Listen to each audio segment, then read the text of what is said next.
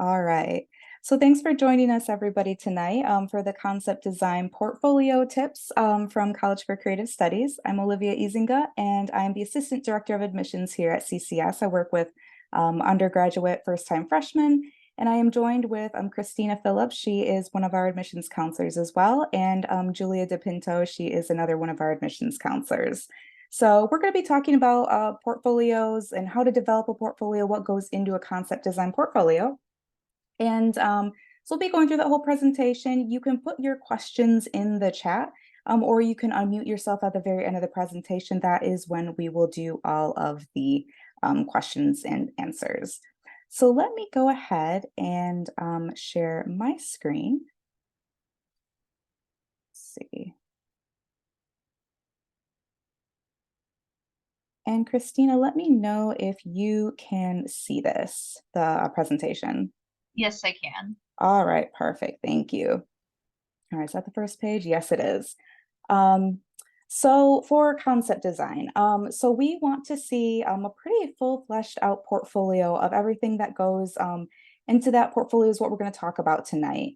And just to keep in mind, if you are a senior who is applying to concept design, that portfolio is due February 1st. That is a harsh deadline, unlike the rest of our majors, and we can also talk a bit about that at the end.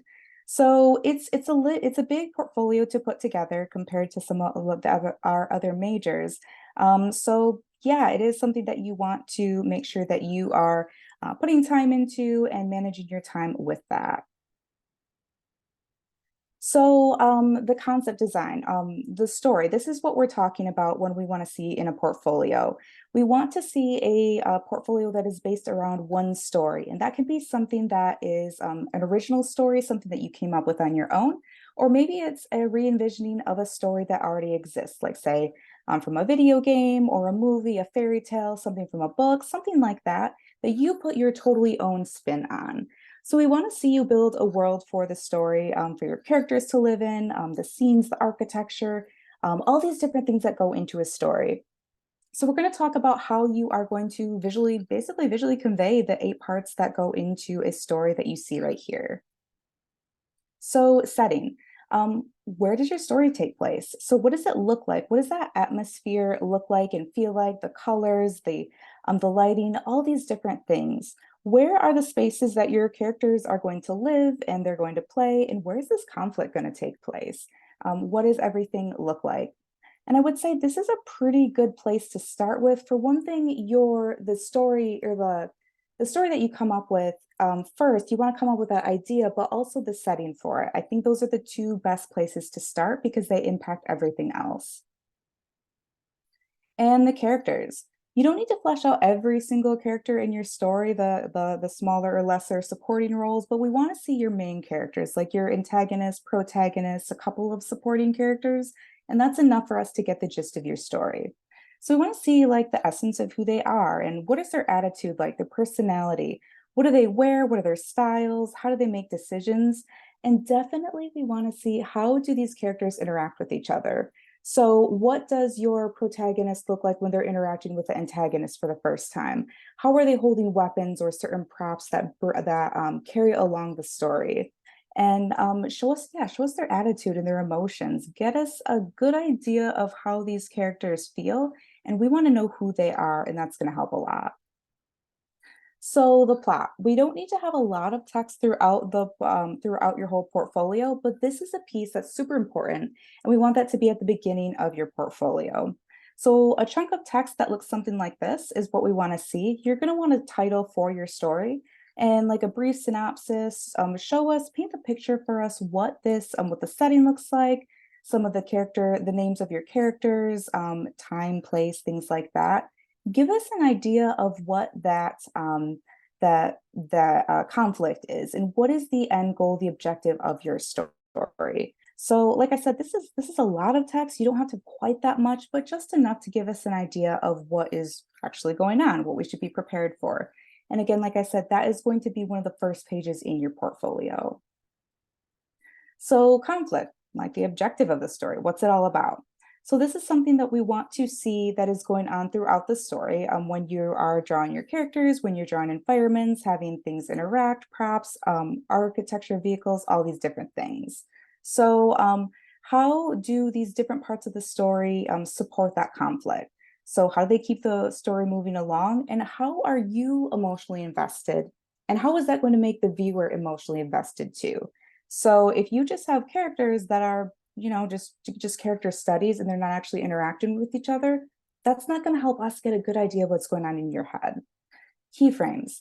This is something that's super important that we want you to pay attention to. So do studies of characters, do studies and keyframes of your characters in those environments. Do them from different angles too, that show glimpses of what this story would look like if it was in real life. If it was a live action movie, if it was a live action video game. And theme. So we want your portfolio to be cohesive. We want every page in that portfolio to feel cohesive, like it all is part of the same story, because it is.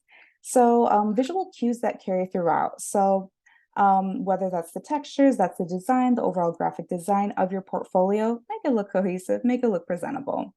And sometimes those things can also add visual distinctions that, yeah, support the storyline. We want everything to make sense, feel like it's all part of the one story. And point of view. I think this is something that's super helpful in showing like if you're exaggerating a scene, like a view or perspective angle, all that, how does that make the viewer feel, say, overwhelmed or intimidated or give them fear or anxiety or excitement?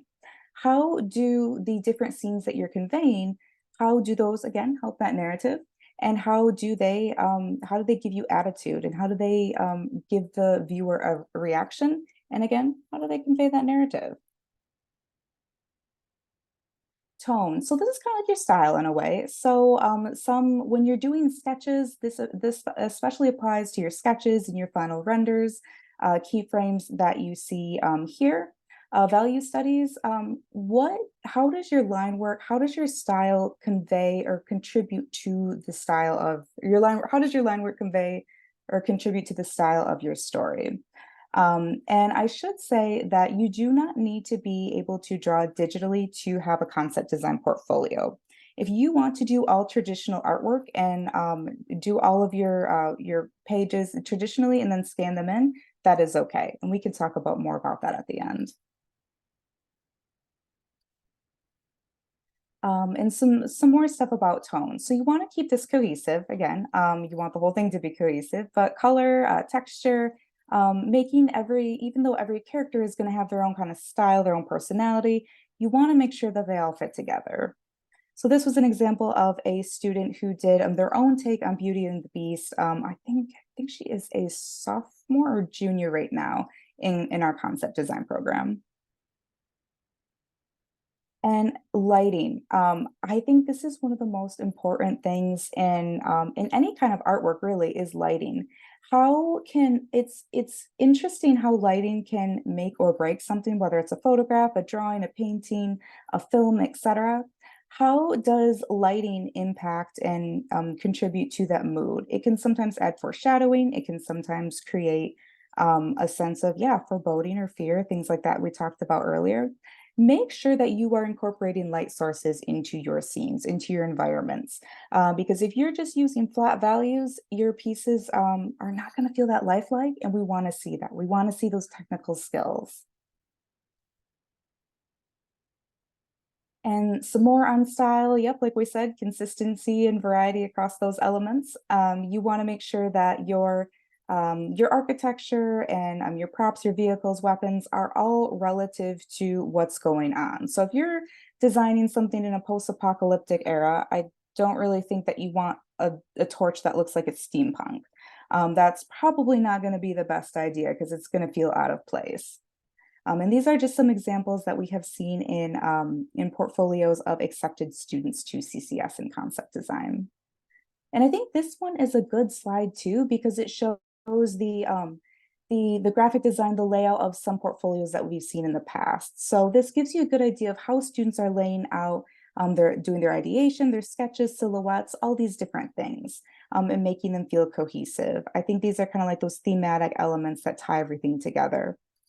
And I will say that how you have that synopsis at the beginning of your portfolio, having a little bit of text in here, here and there on your pages, like whether it's the character's names or the name of this vehicle, how it works, how it functions, how you came up with that idea.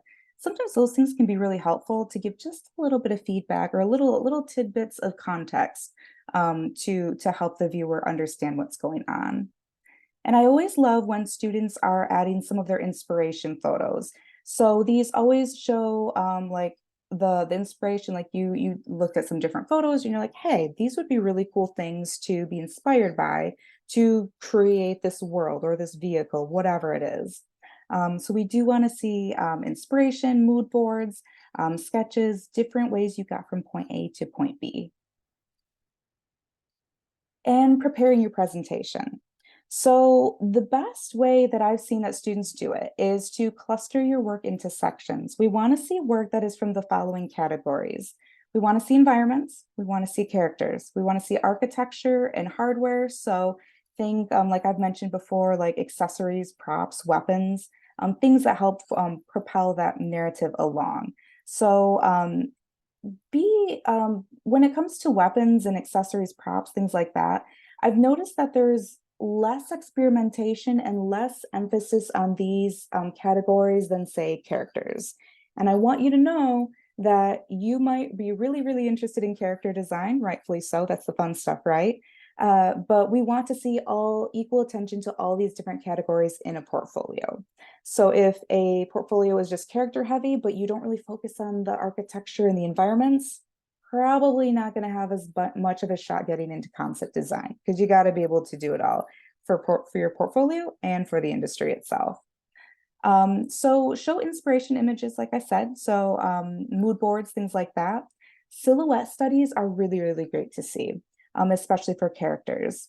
And grayscale variations, kind of like those keyframes that we saw earlier, those value studies, and also the final renderings. So those final renderings and the grayscale value studies, silhouette studies, all these things, again, they do not need to be digitally rendered. You can totally do them in traditional mediums, whatever you are most comfortable with. We see it all. And then, of course, keyframes of plot points. So these are like the movie stills that we want to see of big main scenes in your story. So whether that's like from something from the beginning, some point of action, like at the climax of the story, maybe the resolution as well. Having a couple of these keyframes of main plot points is super helpful. And it says here to create as many pages as you require. Typically, we see about 15 to 20 pages in a PDF. So usually a single PDF with those 15 to 20 pages, including all of these different categories. And I know that's a lot. I know that sounds very inundating. That's a lot of information. But and I know sometimes I should say that multiple page PDFs are preferable in some cases because the resolution is usually kind of large. So you want to make sure that you can upload it and that we can see it. For the layout of that or of those PDFs, I would say horizontal layouts are the best. If you are looking for a size ratio, 11 by 17 or 11 by 14, preferably 11 by 17 though, that is the horizontal layout that you want each of your pages to be. And sometimes when people do those multiple page PDFs, they'll do one PDF, multiple pages for environment, one for characters, architecture, and hardware. So you can kind of separate them out like that, but try to keep it to 15 to 20 pages in all. And these are just credits to the example portfolios that we saw.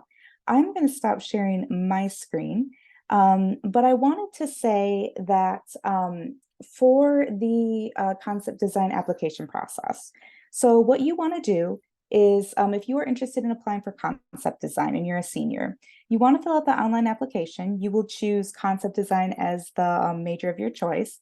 And it also, I believe, allows you to choose a secondary major if you want, in case that you change your mind about concept design or you don't get in. And then, so we would need your online application, your transcripts, and then that portfolio in by February 1st. That is the absolute cutoff. We make our admissions decisions for concept design students usually, I think, the first or second week of February. And then we get those letters out to you in the mail. I am going to look at the chat. And somebody says, yeah, do we have this presentation in person? Yeah, And you there's a will, few. Oh, sorry oh, to interrupt. I oh, was no, just going to say you go there ahead. are a few people asking for me directly. I have a couple direct messages of people asking for the recorded version. Um, This will be, it's being recorded, and I think admissions will send this out within a few days, to everybody who RSVP'd or registered for this webinar. So you'll have access to this later. And somebody says, I know there's an early action deadline. Are there any benefits to submitting it at that deadline? That's a good question. So our early action deadline, it gets a little bit confusing, but this applies for basically our other majors. We don't have a straight or a strict cutoff for applying to our other majors, just concept design. So let's say you're applying for illustration, transportation design, game design, etc. If you want the most consideration for merit-based scholarship, and you're applying to any other major but concept design, you do want to aim for that December 1st deadline. If you're applying to concept design and you get your portfolio in by December 1st, I would say it's going to be a lot more stress. I would say that it's going to be more of a time crunch to get your portfolio in by then. I would still say submit it by February 1st instead.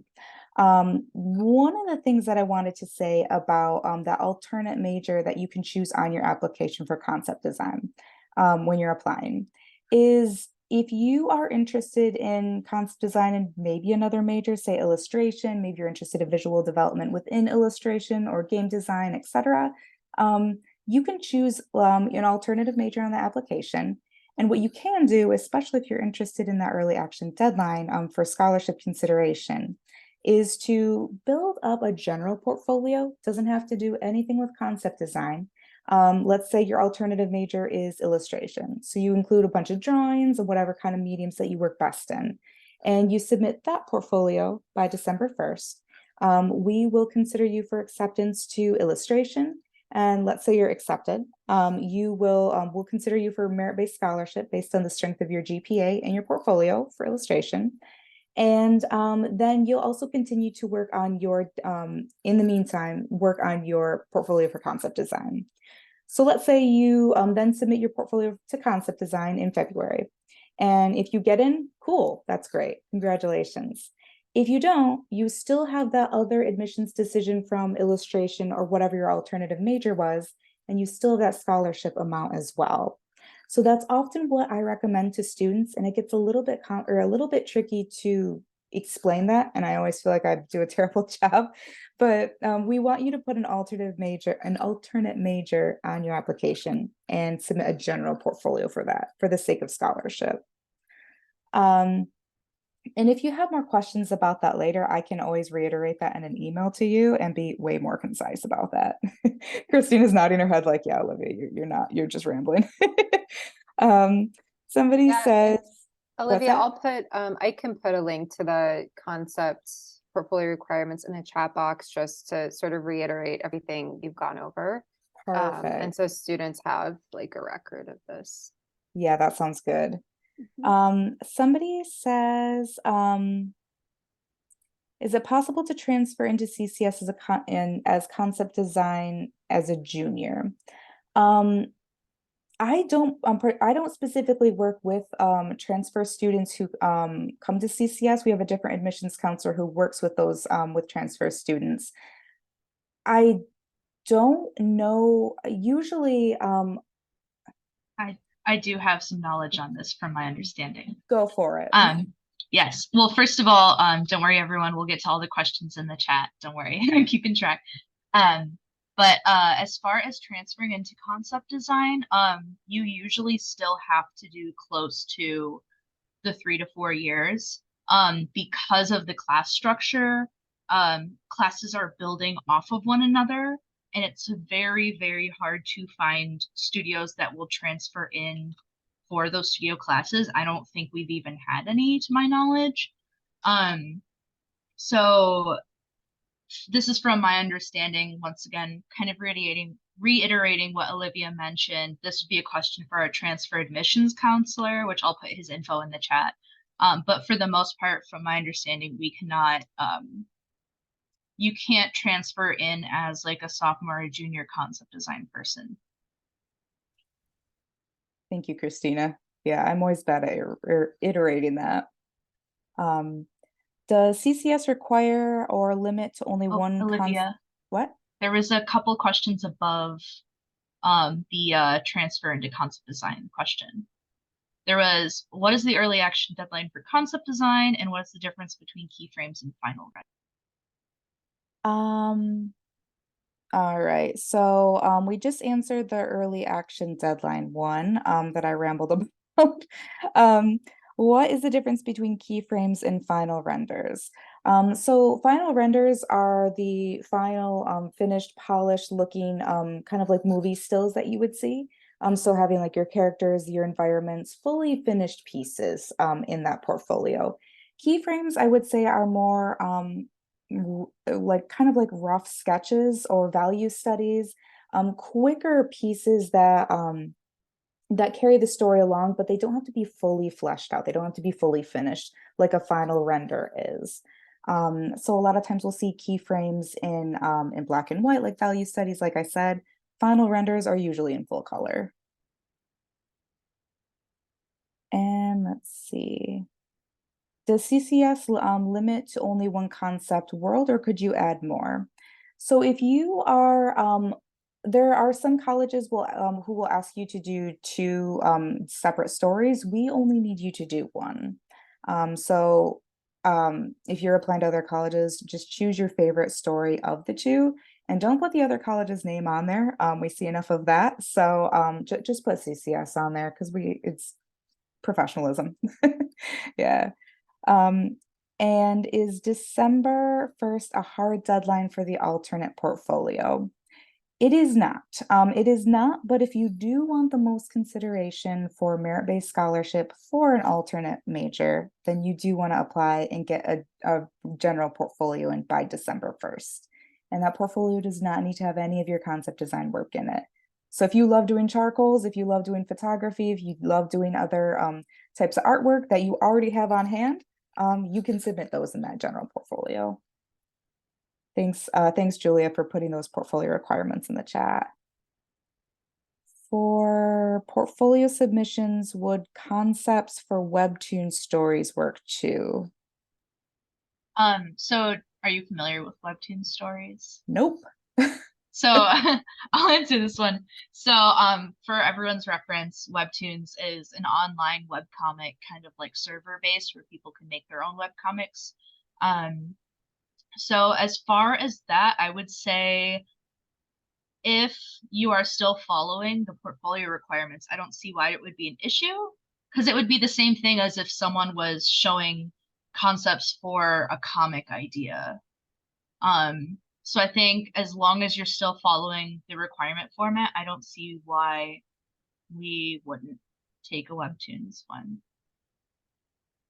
Yeah, if you are drawing in a cartoon style, though, that's the thing. We don't want to see Yes. stylized cartoon style work. We want to see more So yeah, go ahead, Christina. I actually pulled up a an example to kind of differentiate if we wanted to talk about that super quick. Yeah, that'd be great. Yeah, so when talking about comics and animation and designing in like a cartoony style, like Olivia was saying, we at our school at CCS refer to that as visual development. In the industry, you'll hear it called visual development as well. Some schools it differs, but I just wanted to show you a visual example of the difference between visual development, which is what would be found in our illustration department, versus concept design, which would be found in our concept design program. Let me just I did a quick just search. So can everyone see my screen? Yep, we can see it. So this would be considered concept design. So Star Wars, live action, like very heavily like 3D based stuff. Whereas visual development, and this is coming right from Disney Animation Studios, see how there's a stylistic difference of this is more like cartoony, fantastical. There's a lot more like unrealistic shape being used versus like something like this where it has a more realism base in it. If that kind of makes sense, it's hard to differentiate, but um, I hope that kind of helps differentiate a little bit. So honestly, if you're into more comics and stuff, I would almost say go more towards illustration and visual development, to be completely honest. That was very thorough. Thank you, Christina. Yeah, you're always better at explaining the visual development than I am. Yeah. Did Yeah. I miss? Oh, go ahead, Julia. Oh, I was just going to kind of reiterate something that you covered in the presentation, Olivia, but also just going off of something Christina just said about visual development and illustration. Um, for anybody who's thinking, you know, I do want to have a backup major in case I'm not accepted to concept design, or maybe concept design isn't exactly what I want, but I, you know, maybe am more interested in illustration or something, visual development, animation, game design. We do have sort of an overview admissions presentation next Wednesday at the same exact time. So that would be, and I'll actually be leading that one. So that's a good opportunity to see and learn more about the other majors we offer if, you know, concept ends up not being the program that's right for you. Yeah, I'm So glad you said that. yeah. So I'll put a link in the chat box to that program as well. Or not, I'm sorry, not to the program, but to the event where we go over the programs. Awesome. Thank you so much for that. Let's see. Did I miss any questions in the chat? I don't think so. Let's see. And I would also say that if you are really interested in concept design and you are and you're a senior and you're applying, or maybe you're a junior and you're like, I don't know what I need to put in my portfolio, like where my strengths are, where my weaknesses, how do I get better at this? You can always schedule a portfolio review with one of us admissions counselors in our office or virtually on Zoom, or we can review your portfolio on email, whatever you're most comfortable with, because concept design is a competitive program to get into. So if you are putting together concept design portfolio, we want to help you with that. So you can always do a portfolio review with us.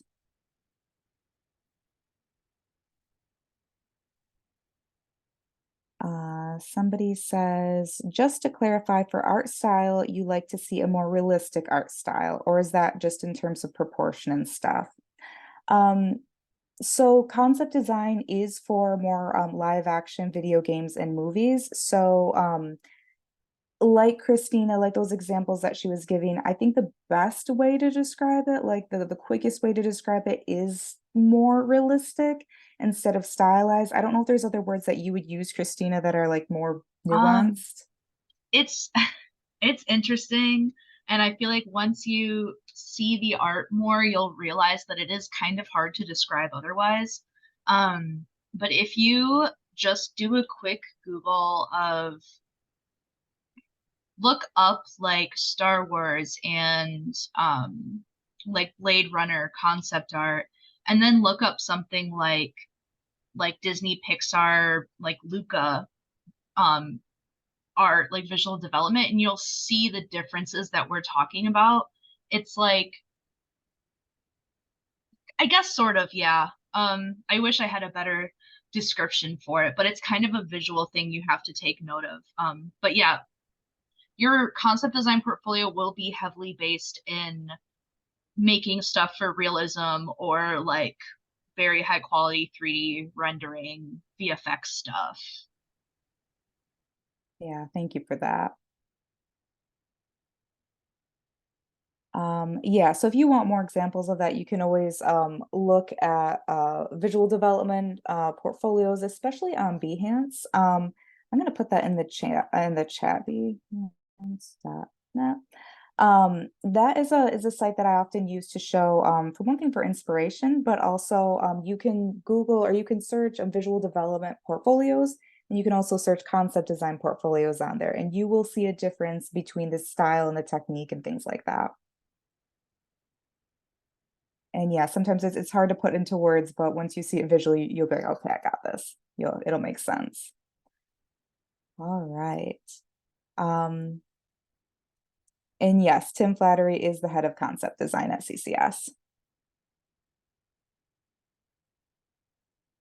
All right. Do we have any more questions? And if we don't, I'm gonna put, or actually no, Christina, you put all of our contact information in there. So on that hyperlink. So I guess I don't have to put it in there. But if you do have more questions, you can always contact us on that contact page of the admissions website or admissions page. So and we'd love to help you out with that, especially if you are in the process of making your concept design portfolio. And don't ever be afraid to reach out to your admissions counselors, because we are the ones that want to help you. We're your advocates to get you to where you want to be. So we'd love to help you out with that. So don't hesitate to reach out. I am going to let everybody else go, and we will send this recording out in probably a couple days, should be by the end of this week. All right. Thank you guys, and have a good night.